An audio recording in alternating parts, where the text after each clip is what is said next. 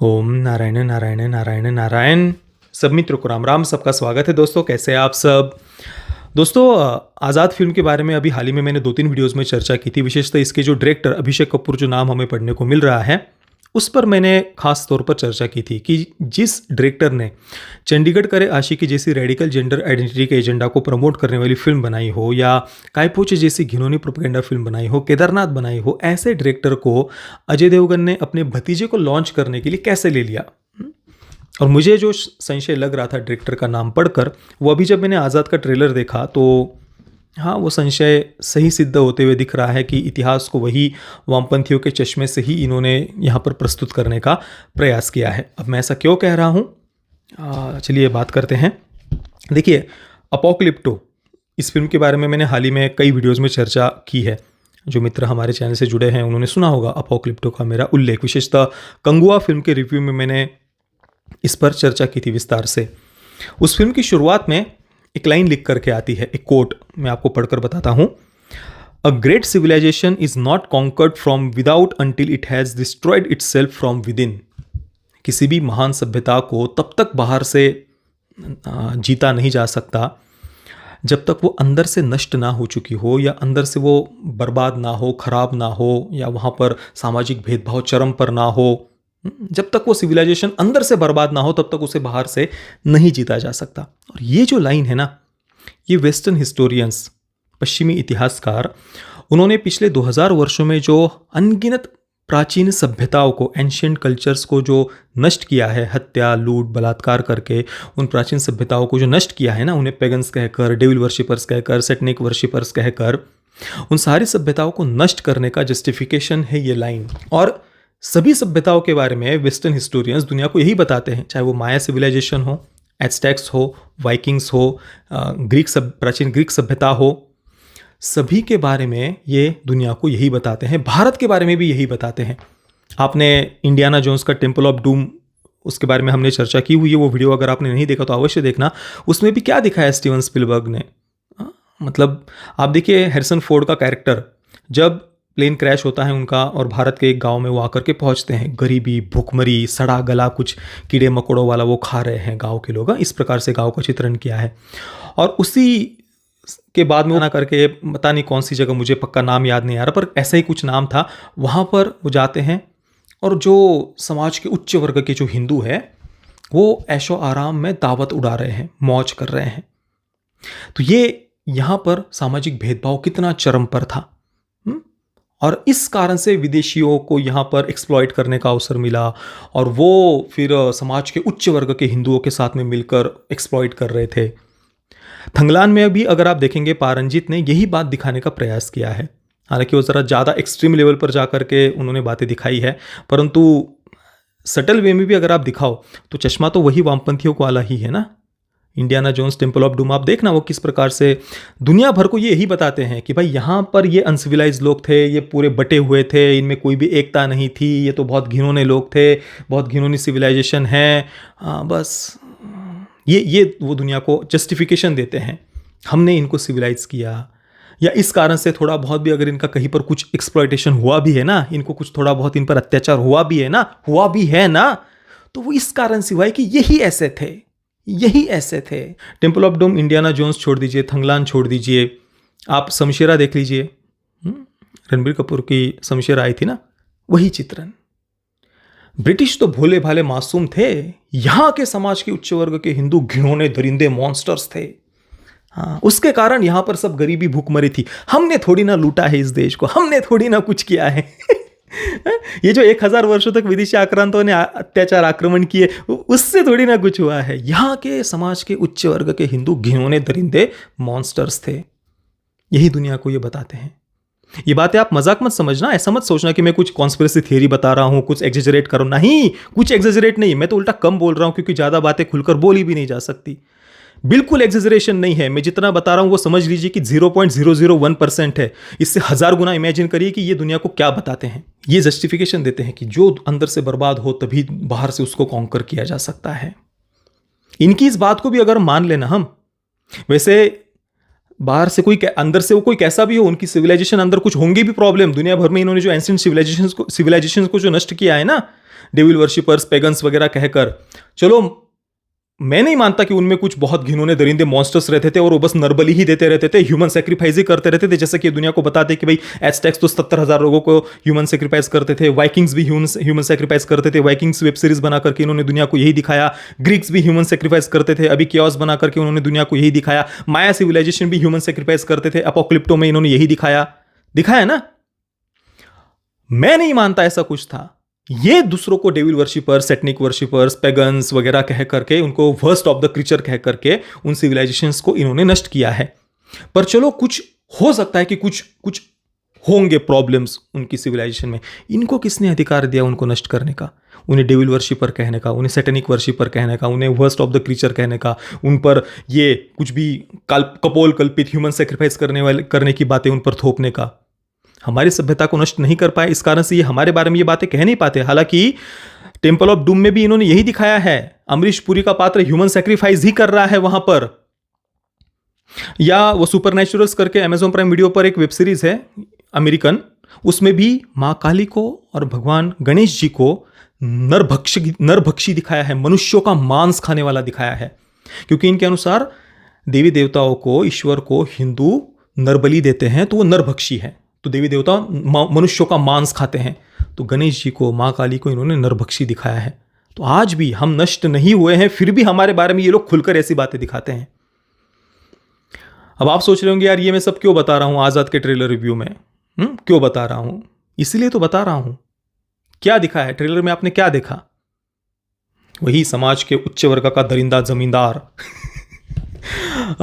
उसके साथ एक ब्रिटिश ऑफिसर बैठकर बोल रहा है कि हमको 400 गुलाम चाहिए, कम पड़ रहे हैं।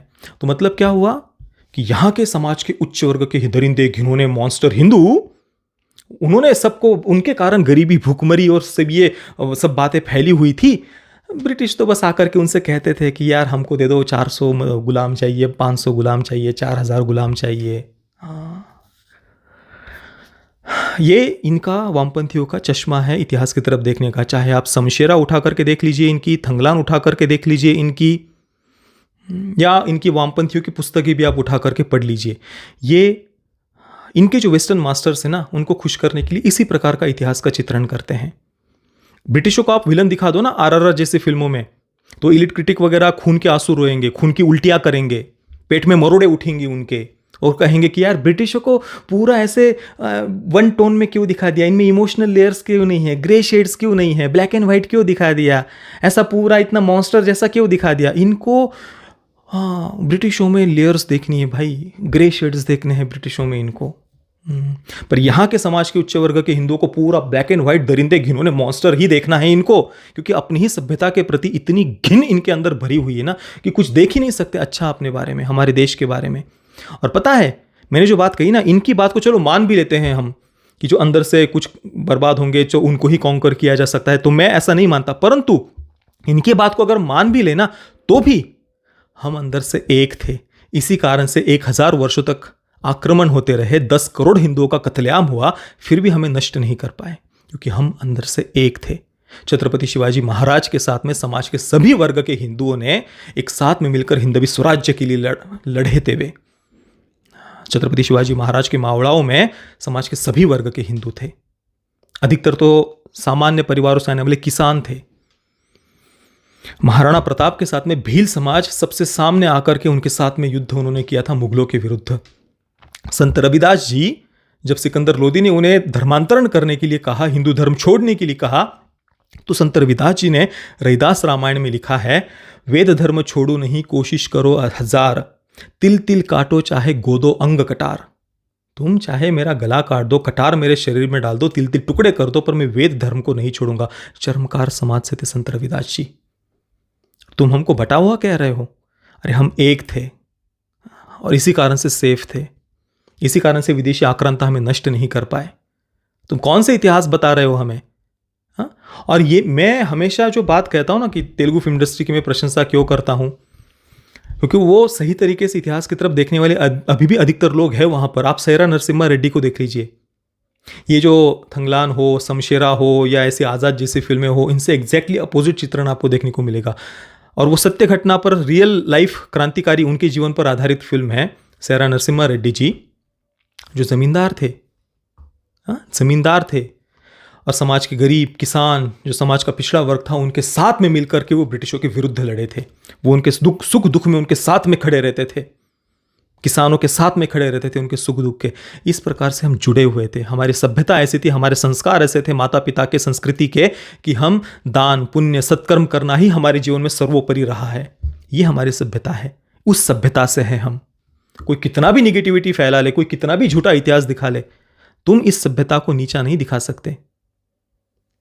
अब आज़ाद में भी वही ब्रिटिश और दरिंदा ज़मींदार और फिर एक महिला पात्र वो कह भी रही, यार इन ज़मींदारों के अत्याचार से कोई तो मुक्त करा दो, कोई तो मुक्त करा दो इन ज़मींदारों के अत्याचार से। और इन ज़मींदारों के विरुद्ध एक बागी दिखाया है, जो अपने आप को डकैत नहीं कहता, डाकू नहीं कह रहा, अजय देवगन का कैरेक्टर वो बागी है। तो बागी क्यों थे कि भाई ज़मींदार घिनौने दरिंदे मॉन्स्टर, समाज के उच्च वर्ग के हिंदू वो अत्याचार कर रहे थे यहाँ पर। उसके कारण ही तो गरीबी भूखमरी थी। ये विदेशी आक्रांतों ने थोड़ी ना कोई यहाँ पर गरीबी भूखमरी वगैरह लाई है, वो तो सिविलाइज करने के लिए आए थे शायद। अब यहाँ पर शमशेरा जितना ब्रिटिशों को व्हाइट वॉश किया जाएगा या कम मात्रा में किया जाएगा ये मैं नहीं जानता, वो तो फिल्म देखने के बाद ही पता चलेगा, परंतु समाज का चित्रण उसी प्रकार से किया हुआ दिख रहा है। और ऑब्वियसली यहाँ पर एक ब्रिटिश कैरेक्टर को भी वो बागी मार रहे हैं ये दिख रहा है, परंतु उससे समाज का चित्रण तो नहीं बदल जाता ना। जो उस समय का सामाजिक चित्रण जो किया हुआ है वो तो नहीं बदल जाता ना। तो ऑब्वियसली एक दो कैरेक्टर्स को दिखा देंगे इस प्रकार से कि भाई बागी उसको भी मार रहे हैं। अब कुछ लोगों के मन में प्रश्न आया होगा कि भाई फिर क्या सभी के सभी ज़मींदार बहुत अच्छे थे क्या, उनमें कोई गलत नहीं हो सकता क्या? बात कहाँ पर कौन अच्छा गलत वो बात है नहीं, बात है जनरलाइज करने की, बात है सामाजिक चित्रण की। आप किसी एक कैरेक्टर को दिखा दो गलत, वो एक अलग बात हो जाती है, परंतु यहाँ पर सामाजिक चित्रण ही बिल्कुल उस प्रकार का दिखाया गया है। प्रॉब्लम वो है कि आप इतिहास को किस दृष्टिकोण से प्रस्तुत कर रहे हैं। ये बोलना बहुत आसान हो जाता है कि भाई यहाँ पर कोई गलत नहीं हो सकता क्या, वहाँ पर कोई गलत नहीं हो सकता क्या, ब्रिटिशों में कोई अच्छा नहीं हो सकता क्या, तो ब्रिटिशों को आरआरआर में क्यों मॉन्स्टर जैसा दिखाया गया। ये सब नौटंकी फालतूगिरी कुछ बच्चों के सामने बोलने से ठीक है वो कुछ भ्रमित हो सकते हैं। बात क्या है, आप इतिहास को किस दृष्टिकोण से प्रस्तुत कर रहे हैं। अब मैं ये नहीं कह रहा कि शमशेरा जैसा इतना कुछ ज़्यादा एक्सट्रीम जोन में ये फिल्म जाएगी। यहाँ पर ऑब्वियसली हम देख रहे हैं कि जो बागी का पात्र है वो एक पुजारी के सामने उनकी तिलक वगैरह भी लगा रहे हैं, उनके पाँव पड़ रहे हैं। तो अभी देश में जो वातावरण है तो उस दृष्टि से उन्होंने डाल दिया होगा ऐसा कैरेक्टर कि भाई लोगों को ऐसा ना लगे कि हम बिल्कुल ही ऐसा नकारात्मक चित्रण कर रहे हैं। पर भाई आप सामाजिक चित्रण क्या कर रहे हो, क्या दिखा रहे हो, इतिहास का कैसा पहलू प्रस्तुत कर रहे हो। हाँ? ना जो वामपंथियों ने झूठा इतिहास लिख करके रखा है वैसे हम नहीं थे। यहाँ पर जो समस्याएं भी थी, प्रॉब्लम्स भी थी, वो उनके कारण ही उत्पन्न हुई थी, विदेशी आक्रांताओं के कारण, जो लगातार 1000 वर्षों तक अन्याय अत्याचार होते रहे। इस देश की सभ्यता संस्कृति इतनी महान रही है कि इस सभ्यता ने, हमारी महान संत परंपरा ने हमें सेवा सत्कर्म दान पुण्य करने को ही जीवन में सर्वोच्च बताया है। हमें कण कण में ईश्वर देखना हमारी सभ्यता ने सिखाया है। और कोई विदेशों से आकर के कोई विदेशी आक्रांता हमारी सभ्यता को नष्ट करने के लिए यहाँ पर अंग्रेजी शिक्षा व्यवस्था शुरू करके झूठा इतिहास पढ़ा दे और झूठे इतिहास को हम मानने लग जाएंगे क्या? उस झूठे इतिहास पर कितनी भी फिल्में बना लो, कुछ फर्क नहीं पड़ने वाला। देखते हैं फिल्म में कितना, मुझे तो नहीं लगता कि शमशेरा जितना कोई ये फिल्म टॉक्सिक जोन में जाएगी, पर सटल वे में ही सही जो कुछ किया गया है वो मुझे कम से कम सही नहीं लग रहा। बाकी फिल्में देखते हैं ब्रिटिशों को कितना नेगेटिव दिखाते हैं या नहीं दिखाते, या फिर शमशेरा जैसा पूरा ही वाइट वॉश कर देते हैं, या फिर उनको जस्ट ये दिखा देंगे कि भाई यहाँ पर तो हम थे ही बर्बाद, वो आकर के जस्ट हमें यूज़ कर रहे थे भाई गुलाम वगैरह ले जाने के लिए। देखते हैं अभी क्या वो इतिहास को प्रस्तुत करते हैं। बाकी इस ट्रेलर को देखकर आपके विचार क्या है इसके बारे में मुझे आप नीचे कमेंट में अवश्य बताना। ये वीडियो देखने के लिए आप सभी मित्रों का बहुत बहुत धन्यवाद। जय श्री राम, वंदे मातरम।